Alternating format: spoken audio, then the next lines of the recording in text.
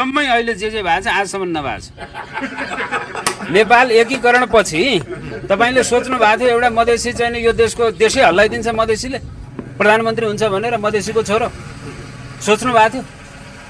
चुनावमा जाँदा तपाईँले सोच्नु भएको थियो यो देशमध्ये त्यो चाहिँ के अरे उहाँ महोत्तरीमा जन्मिएको काठमाडौँतिर मेयर भएको चाहिँ नि बालेन शाह उहाँ झापाको चाहिँ नि त्यत्रो चाहिँ नि केपी ओलीकै भाषामा चाहिँ जम्मै सम्भ्रान्त बसेको ठाउँमा लप्पै घोडा चढ्छ भनेर हेर्नुहोस्।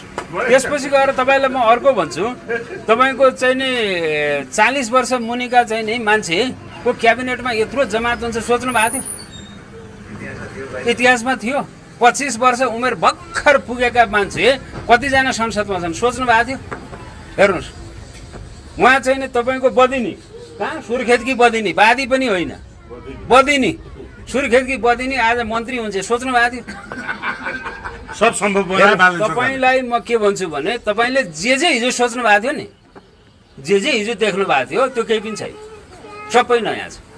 अघि नै भनिसक्नुभयो छैन, राजदूतलाई चाहिँ प्रधानमन्त्रीले यसरी भेटेको 48 साल यता देख्नु भएको थियो?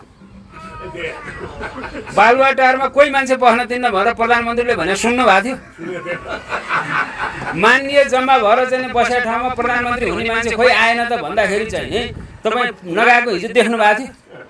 4 जना मान्य बसेको ठाउँमा प्रधानमन्त्री गएर घ्याप्पै गालो हाल्थ्यो, जम्मै तिमीहरू मेरो आऊ भन्थे। मान्य बसेका छन् बोलाएको छ आज नि सुन्नु भएको थियो?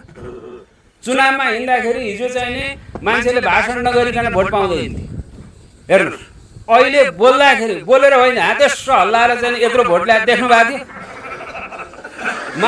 माला लाउँदाखेरि तपाईँको माला थापेर जम्मै आँखा छोपिसकेको अझै यसो गरेर हिँडिरहेको देख्नु भएको थियो। माला फुत्तै चाहिँ फालिदिएको देख्नु भएको थियो?